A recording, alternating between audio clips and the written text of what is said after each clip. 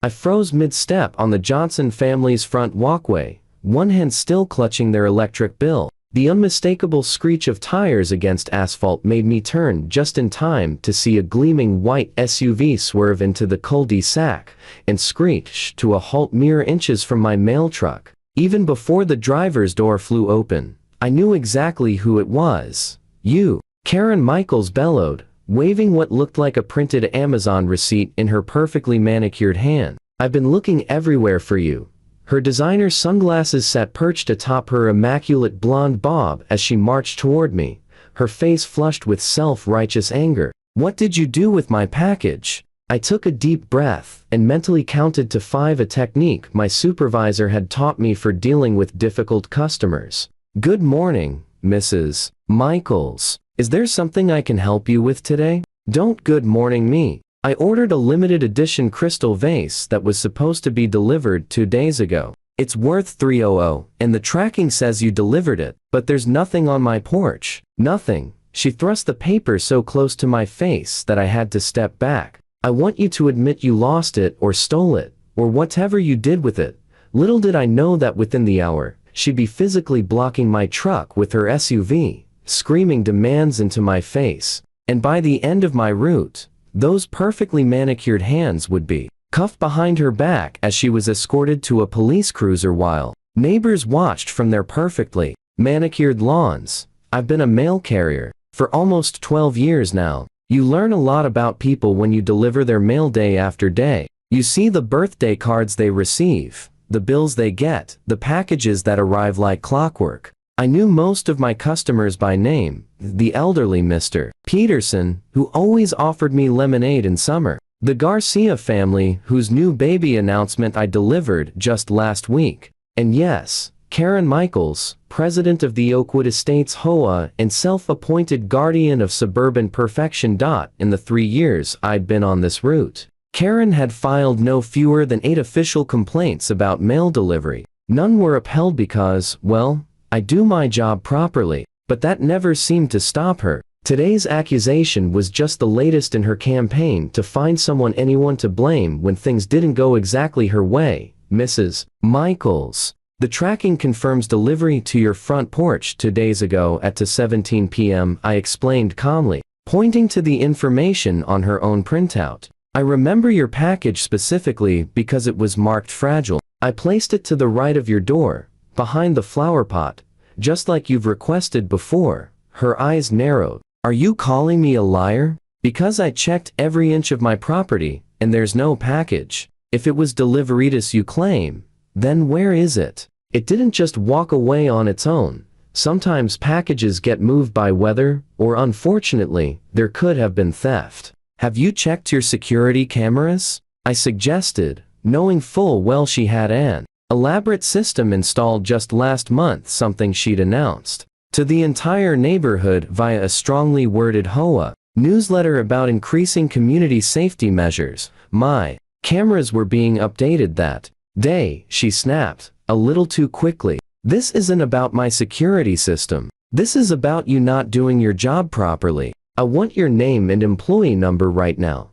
I provided her with my information as professionally as I could, even though she already knew my name after 3 years of deliveries and complaints. "You're welcome to contact the post office customer service line. I need to continue my route now, but I hope your package turns up soon." That should have been the end of it. Under normal circumstances, even an upset customer would take the matter through official channels. But Karen Michaels wasn't operating under normal circumstances. She was operating under the delusion that her position as HOA president gave her authority over every aspect of the neighborhood, including federal mail delivery. Continued my route, trying to shake off the unpleasant encounter. 3 houses later, I noticed a car creeping along the street behind me. The white SUV was following me from house to house, with Karen inside, her phone held up to the window, filming me. This was crossing a line from annoying to concerning. At the next house, she actually got out and stood just a few feet away,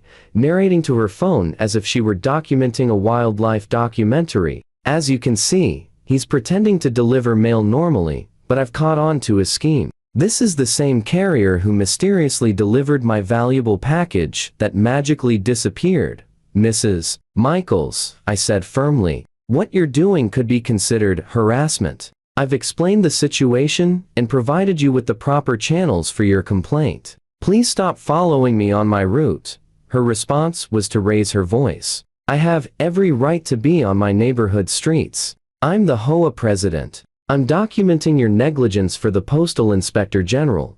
A couple of neighbors had come to their doors, curious about the commotion. Karen seemed to feed off the audience, projecting her voice even louder. This man refuses to take responsibility for losing expensive packages. Everybody needs to check their deliveries. I pulled out my phone and called my supervisor, explaining the situation, while Karen continued her tirade just feet away. My supervisor advised me to continue my route as best I could while avoiding engagement, and said she would send someone out to assist if the situation escalated further. Document everything, she told me. If she physically interferes with your delivery, that's a federal offense.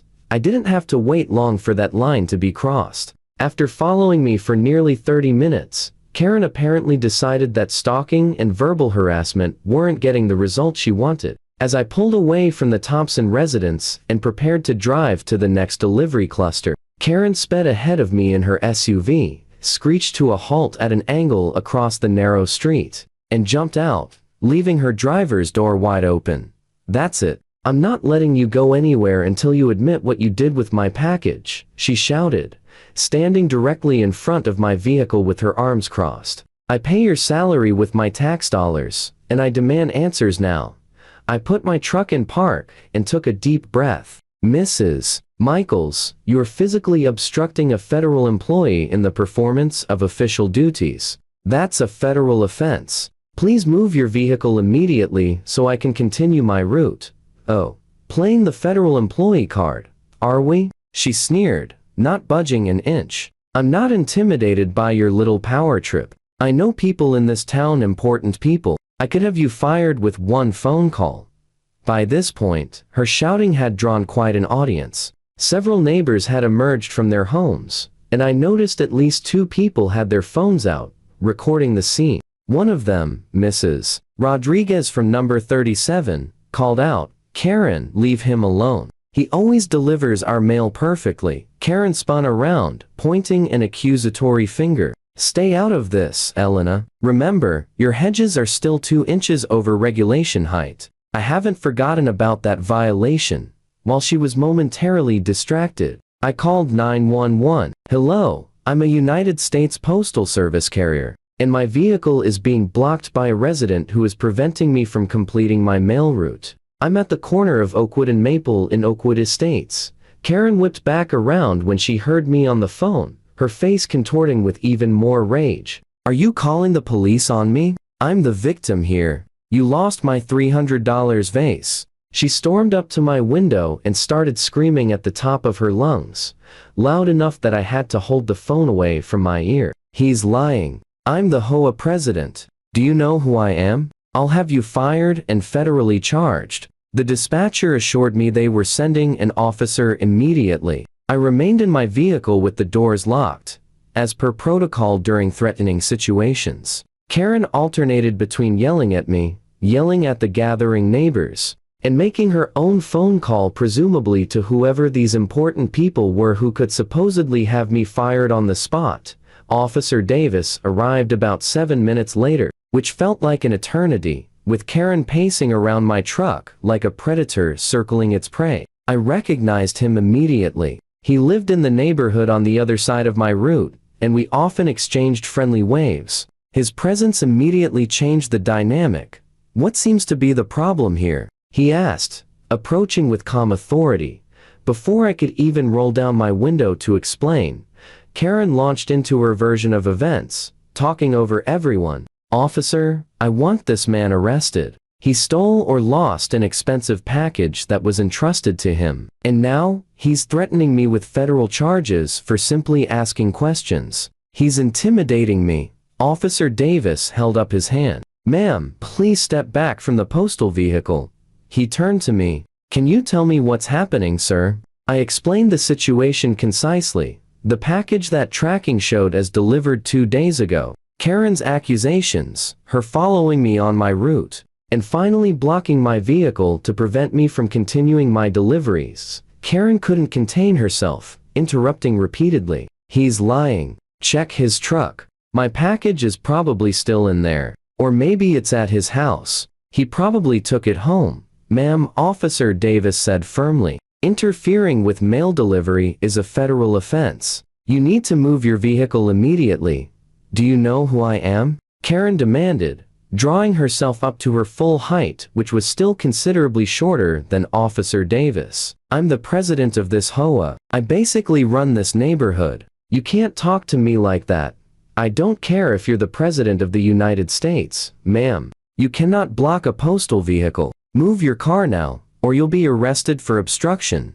This is ridiculous. I have HOA immunity in this neighborhood. She declared a statement so absurd that I heard several neighbors actually laugh out loud. These streets belong to the association, and as president, I have the right to stop anyone I deem suspicious. Officer Davis's patience was visibly wearing thin. Ma'am, there's no such thing as HOA immunity, and these are public streets. I need to see your ID, and I need you to move your vehicle now. This is your final warning. I don't have to show you anything. I'm the victim here. Why aren't you investigating him? She jabbed a finger toward me. Check his truck. Call his supervisor. What happened next unfolded with the swift, inevitable justice that entitled people never seemed to expect. After multiple warnings and Karen's continued refusal to comply with any lawful order, Officer Davis informed her she was under arrest for obstruction of a federal employee and disorderly conduct.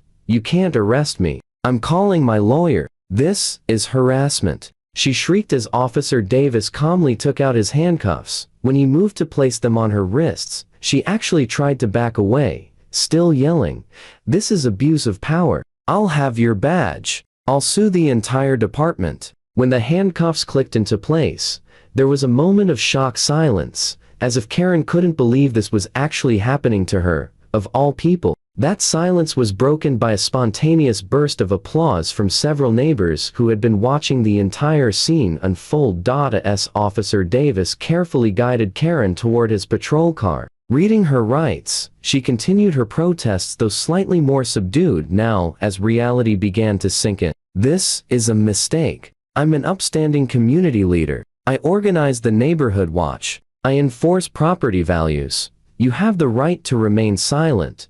Officer Davis continued calmly. I suggest you use it. When the patrol car door closed on Karen's still protesting form, I could finally feel my shoulders relax. Officer Davis returned to get my official statement, and another officer arrived to move Karen's SUV out of the road. I was able to continue my route, though I was running significantly behind schedule.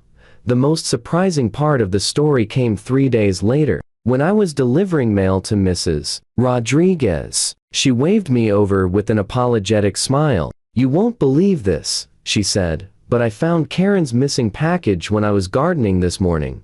She held up a slightly weather-beaten box. "It was behind my fence, in the bushes that separate our yards. It must have been delivered correctly, but blown over by that windstorm we had last week. The address label is a bit faded, but it's definitely hers." I never received an apology from Karen Michaels. What I did hear through the neighborhood grapevine was that she was facing misdemeanor charges for obstruction and disorderly conduct, with potential fines up to $1,000. The HOA board had voted to temporarily suspend her from her position pending the outcome of her case. According to Mr. Peterson, who attended the emergency board meeting, Karen had burst into tears when the vote was announced, crying that she was being persecuted and that everyone was conspiring against her.